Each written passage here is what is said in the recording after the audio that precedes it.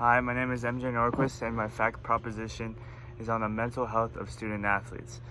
With the month of September being National Suicide Prevention Month, as well as the school year just starting, I feel like it's a great time to speak on one of the more uproaring conversations that are roaring around our nation.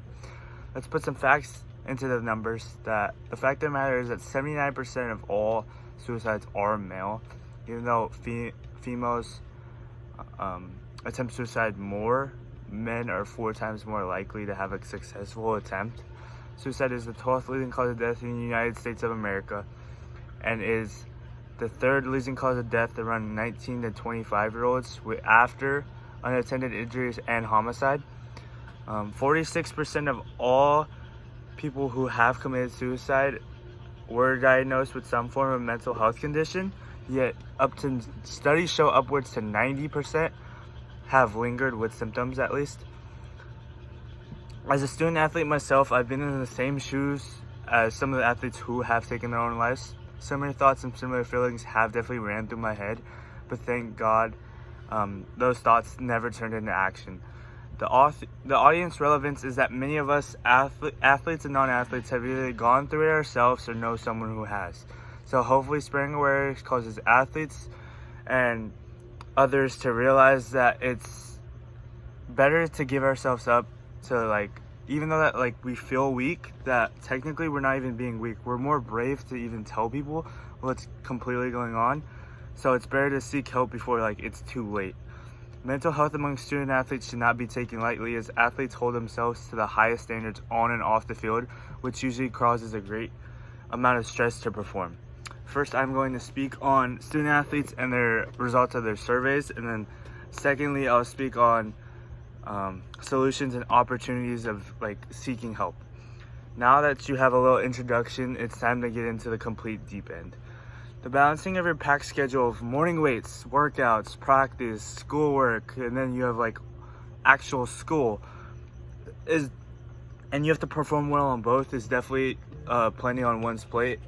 According to Athletes for Hope, about 33% of all college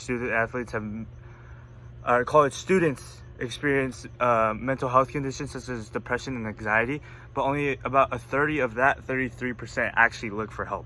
A survey done by the NCAA showed that 1 in 12 college athletes reported almost every day feeling depressed or not being able to function at all. As well as 60% of men and 60% of women did not know where to go for help. Insane. The number of athletes that simply don't no one knows that it's going on is actually worrisome. Athletes have to battle these inner thoughts every day to perform at an elite level to try to get to the next level. Just blows my mind how many people are how many athletes didn't have an outlet to seek for help during these tough times. They literally just did it themselves. According to Cytopedia, athletes are vulnerable to many factors such as impact of injury, overtraining, social media, the pressure to perform. A third of all athletes report some mental health issue, and only about out of that third, only about half of them actually know where to go, or they didn't have any clue about it, so they didn't have someone to speak to about their issues. Now let's speak on solutions to the problem and hopefully subside the numbers a little bit. Provide more outlets of help to athletes to make them feel comfortable to expressing themselves with sports psychologists, so that people the sports psychologists will be more in tune to understanding their stories, because I would not say it's different, but in a way it would be a lot better to go to a sports psychologist instead of a psychologist, because a sports psychologist is more tuned to go into sports, you say. According to Timely MD, the use of licensed practitioners, procedures and referrals to those practitioners, mental health screenings, as well as events to promote the actual mental health of athletes. With the ability to promote the importance of mental health of athletes, show that programs actually truly care about their well-being of athletes, not just how they are on the field. They care about them. The use of professional practitioners on staff allows for availability of help, where athletes can go like in any time of need rather than going out of their way.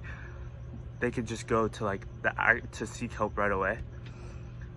A safe space as well as resources, and more athletes would hopefully come to speak and seek help, which would hopefully start bringing the numbers down. Now that problem solving is coming to a close, let's completely slam the door on the problem of student athlete mental health with my conclusion.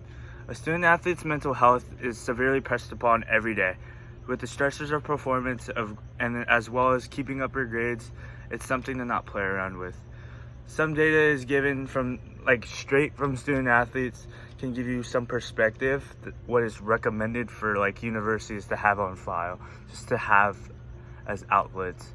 Hopefully it puts in perspective the difficulties that go unnoticed without any recollection.